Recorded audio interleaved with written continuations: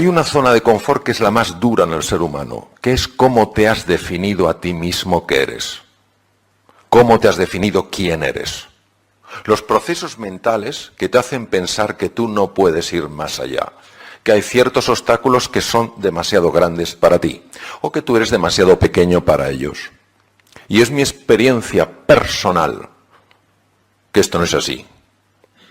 Obviamente no implica que hagamos cosas absurdas, simplemente implica que lo que nos parece imposible puede pasar, como decías tú, Juan, a improbable y después a posible. La experiencia que tengo en los viajes interiores, que es el campo que más me puede apasionar, es la siguiente. Cuando tú viajas al interior, descubres dos cosas. Lo primero que descubres es que te vienes contando una milonga desde que eras pequeño, y esa milonga, el problema es que te la has creído. Lo que tú crees, lo creas, porque lo vives como una certeza incuestionable. Pues todos nosotros arrastramos lo que se llaman narrativas, es apasionante cómo se generan en los lóbulos prefrontales del cerebro. Generamos narrativas y la mayor parte de esas narrativas que las vivimos como realidades incuestionables son profundamente limitantes. Y nos hacen decir a veces, yo soy así, yo no puedo. A mí no me importa no poder tirar una pared de aquí, pero sí me importa poder hacer frente a ciertos desafíos de mi vida. ¿Por qué tengo que sentirme bloqueado, incapaz, incompetente, inseguro, cuando dentro de mí tengo recursos para hacerle frente? ¿Por qué? Porque hago caso a esa narrativa. Pero no solo está la narrativa que nos contamos, lo más importante es lo que esa narrativa tapa. Hay una historia muy sencilla, probablemente muy antigua, de un rey hindú que iba en su carroza por un camino y se encontró con un mendigo que estaba durmiendo. Entonces el rey le dijo al cochero que parara, se bajó e introdujo en el bolsillo de aquel mendigo una esmeralda de extraordinario valor, pensando que el momento en el que se despertara, este hombre descubriría que acababa de pasar de la pobreza más absoluta a una riqueza incuestionable.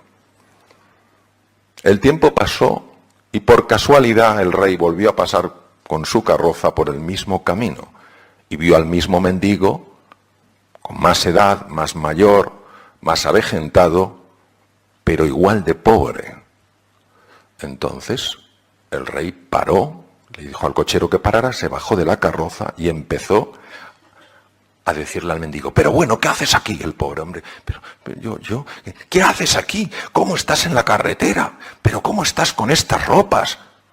Dice, ¿pero qué le voy a hacer? Soy un hombre pobre.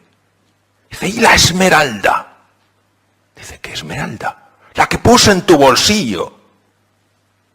Y entonces el hombre metió la mano en el bolsillo y sacó una esmeralda. Dijo, jamás se me ocurrió buscar aquí. Esto nos pasa exactamente a nosotros. Nos ponemos nuestras ropas de mendigo y decimos, no puedo, estoy destinado, la vida me ha condenado tal cual, y no se nos ocurre buscar en el interior y encontrar esa esmeralda. Si yo pensara que es una tontería, si yo pensara que es un cuento infantil o un adorno para alegraros la tarde,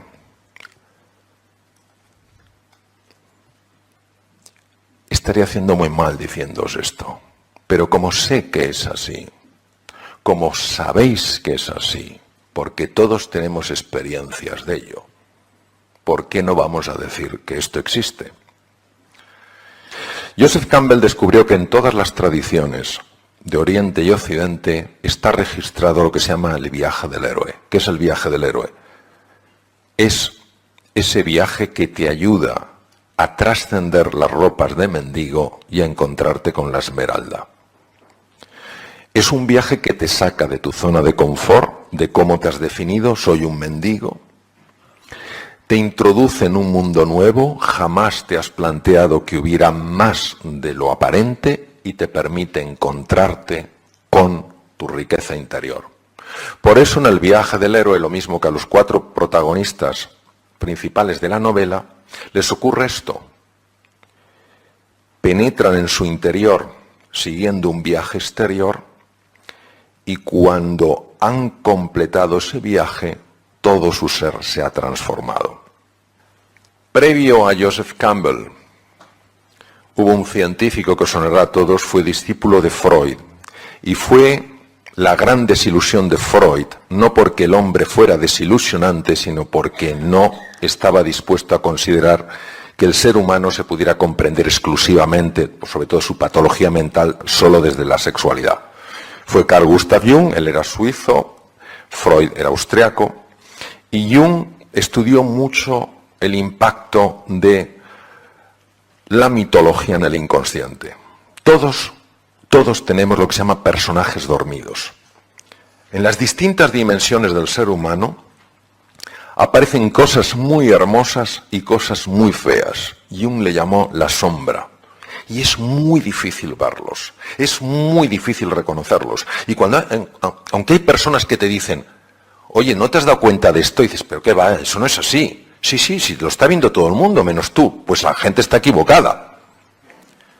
El ser humano, al menos en mi experiencia, solo tiene un oponente. Nunca es otro ser humano. Es su propio ego. El ego es ceguera.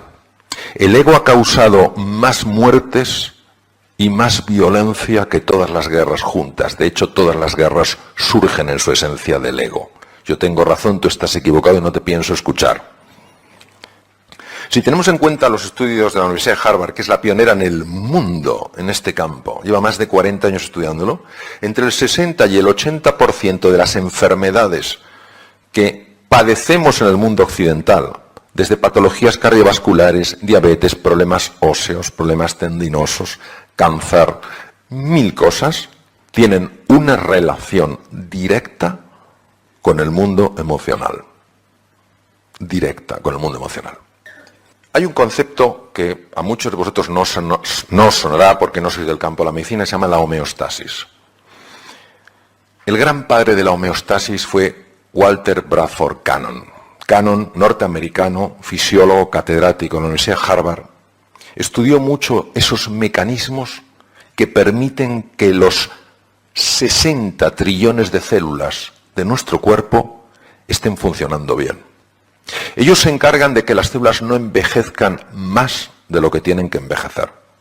Ellos se encargan de que los niveles de azúcar sean los adecuados, de que las células mantengan una comunicación armónica entre ellas. Es decir, todo lo que sea la protección del organismo, todo lo que sea la vitalidad y la regeneración de los tejidos, cabe dentro del paraguas de la homeostasis. Por ejemplo, yo tengo un primo, yo soy cirujano general del aparato digestivo, pasé 26 años ejerciendo cirugía, y yo tengo un primo muy guasón que me decía, tú eres un fontanero de cañerías blandas. Y francamente me dolía. Pero muchas veces miramos el tubo digestivo y dices, curioso, me tomo una patata y sale otra cosa. Y entre medias lo bueno se ha quedado dentro. ¿Qué os parecería si os dijera que uno de los factores más importantes para la regeneración del tejido cerebral, uno de los factores más importantes para tener una buena memoria, para aprender deprisa, se llama BDNF? BDNF pertenece a una categoría de neurotransmisores llamadas neurotrofinas, descubiertas por Rita Levi Montalcini, que ganó el Premio Nobel de Medicina y Fisiología italiana y murió con 102 años. ¿Qué os parecería si os dijera que una de las fuentes más importantes de BDNF es el tubo digestivo? Que puedes tener problemas de memoria por problemas del tubo digestivo.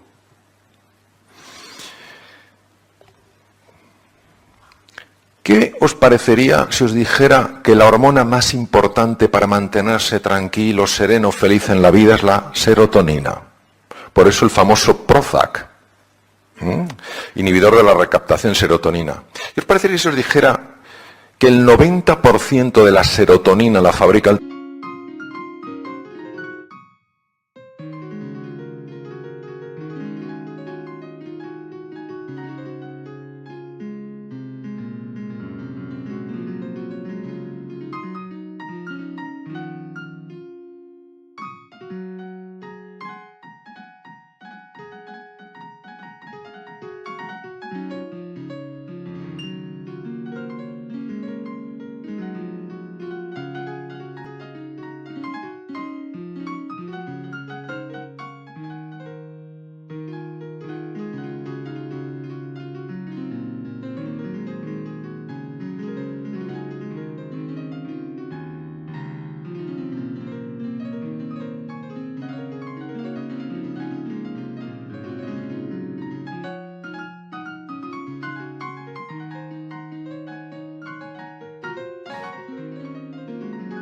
tubo digestivo.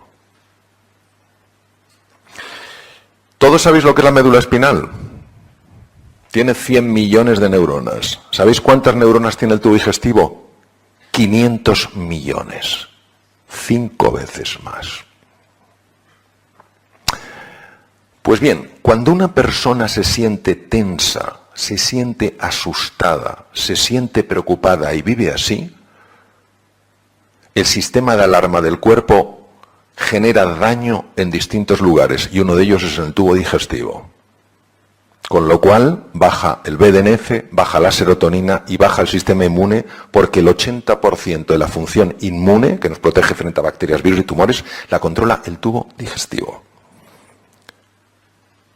Es decir, esa homeostasis de la que nos habla con tanto acierto y belleza Walter Bradford Cannon, es alterada cuando vivimos asustados, cuando vivimos desesperanzados, cuando nos sentimos incompetentes. Qué fascinante los últimos descubrimientos que demuestran que cuando nos sentimos queridos, valorados, acogidos, se produce una activación de lo que se llama el sistema vagal y el tubo digestivo mejora. Es decir, el ser humano, como dice uno de mis grandes maestros, el profesor Alfonso López Quintás, uno de los grandes de la filosofía y un ser humano ejemplar, el ser humano es un ser de encuentro. Y cuando tú te sientes acogido, valorado, querido, reconocido, los 60 trillones de células del organismo lo notan y mejoran. Es más, incluso aumenta la longitud del telómero, que es una cosa que está en los extremos de los cromosomas, que se puede medir y que tiene una relación con el tiempo de vida. Por tanto, para mí el concepto de medicina holística, es decir, no solo la medicina que me apasiona de la ciencia y la tecnología, sino la medicina que valora, respeta el impacto del cuerpo, me parecía absolutamente esencial. Y es verdad que además del cerebro con sus 100.000 millones de neuronas, 100.000 billones de conexiones, está el cerebro del corazón. El corazón tiene 40.000 neuronas. Diréis que pocas. Sí, pero el campo magnético que produce es 5.000 veces más potente que el del cerebro. ¿Sabéis lo que se llama un torus cardíaco? ¿Sabéis que estamos emitiendo un cambio en el campo electromagnético a 3 metros de distancia? Los demás sienten si nuestro corazón está en paz o está en guerra. Y hay mucha investigación en esto. ¿Sabéis que cuando el cerebro, el corazón y el tubo digestivo se sincronizan, cambia radicalmente el funcionamiento del cerebro? Y se produce una sincronización de ondas cerebrales y la persona llega a niveles mucho más altos de inteligencia, de memoria, etcétera. ¿Por qué nos olvidamos de estos recursos que el ser humano tiene? Entonces, y voy a terminar ya con esto para que tengamos un ratito de conversación. Al final nos encontramos con que a todos nos gusta el control, la seguridad, que nos valoren, que nos den importancia, tener un estatus, que nos acojan. Y esto es muy agradable. que vayas a un restaurante, que te traten con afecto, que te reconozcan, oh, bienvenido, no sé qué, que vayas a un...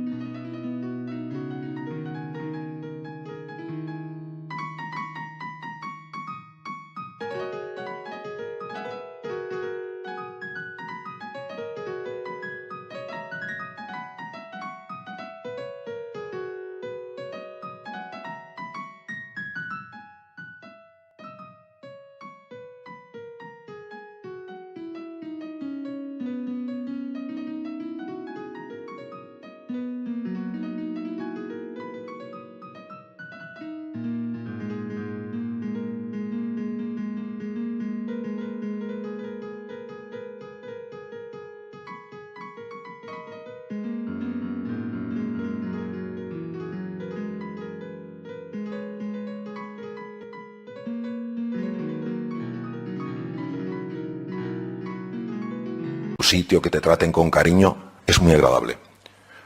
Pero cuando el control, la seguridad, el estatus y el pertenecer se convierten en nuestra obsesión, se transforman en una cárcel. Y cuando no te hacen todo el caso que te gustaría que te hicieran, experimentas una frustración sorprendente. Cuando el mundo se mueve, una angustia insuperable. Cuando no te acogen como te gustaría que te acogieran, una sensación de soledad infranqueable. Y en un mundo como el actual, un mundo buca, volátil, incierto, ambiguo y complejo, ¿entendéis por qué los niveles de ansiedad no paran de subir? Y los de su prima hermana, la depresión. Lo que he pretendido, lo que he buscado, es ayudar a través de lo que escribo a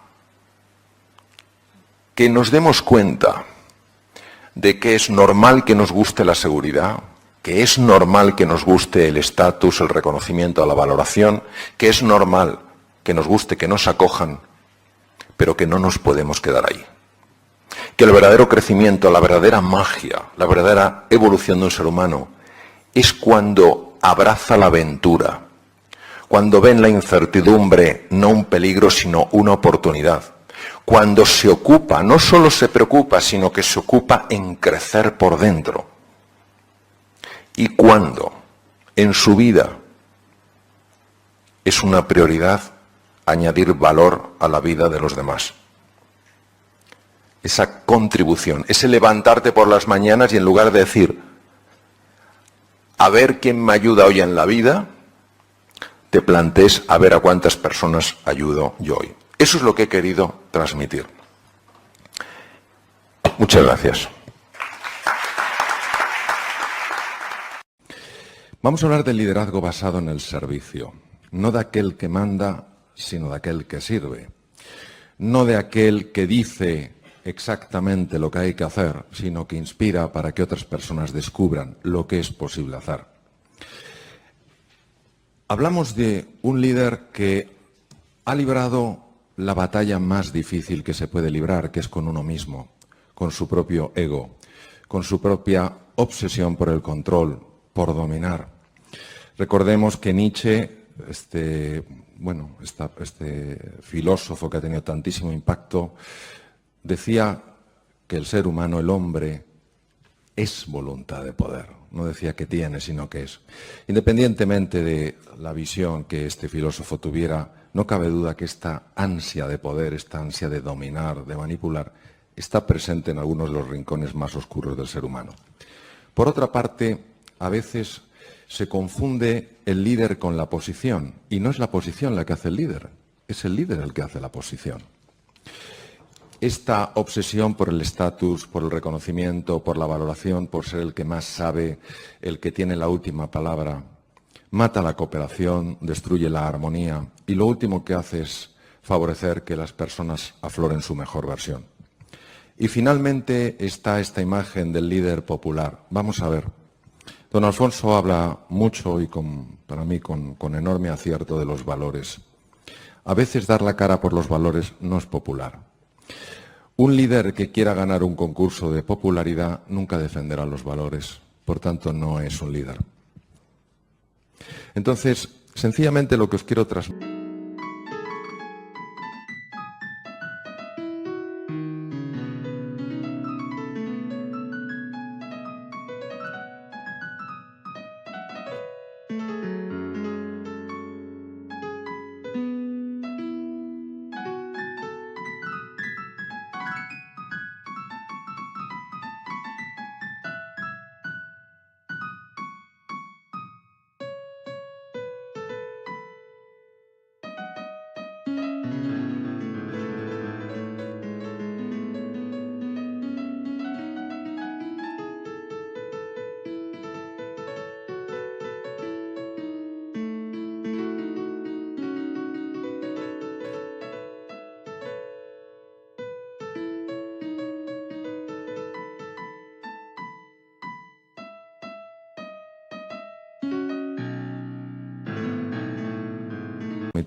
Es lo siguiente. El liderazgo no es una posición, es una forma de ser y de estar en la vida. El liderazgo es inspirar a otras personas para que crean en sí mismos, en sí mismas y desplieguen su potencial. Decía el gran filósofo Emerson que la mayor desgracia de un ser humano es no encontrarse a alguien que le ayude a lograr lo que es capaz de lograr. Un líder mueve desde su ejemplo, no desde su palabra. El liderazgo es siempre visual. El liderazgo inspira porque mueve algo en tu interior. El liderazgo está basado en valores. ¿Por qué? Porque cuando todo es niebla, cuando hay confusión, cuando no se ve nada, el líder, la líder, tienen claro hacia dónde tienen que ir. Yo realmente tengo más ilusión de escuchar vuestras preguntas que de seguir a lo mejor comentando cosas. Lo que sí que me gustaría es marcar esa diferencia. Un jefe puede pedir, puede exigir que le rindan cuentas. Lo que en inglés llamaríamos el accountability. Rindes cuentas. Y si no rindes cuentas, no haces tu trabajo, ya veremos lo que hago contigo. Pero un líder hace algo mucho más potente. No solo las personas rinden cuentas de lo que se espera de ellos, las personas dan en base a lo que se espera de ellos.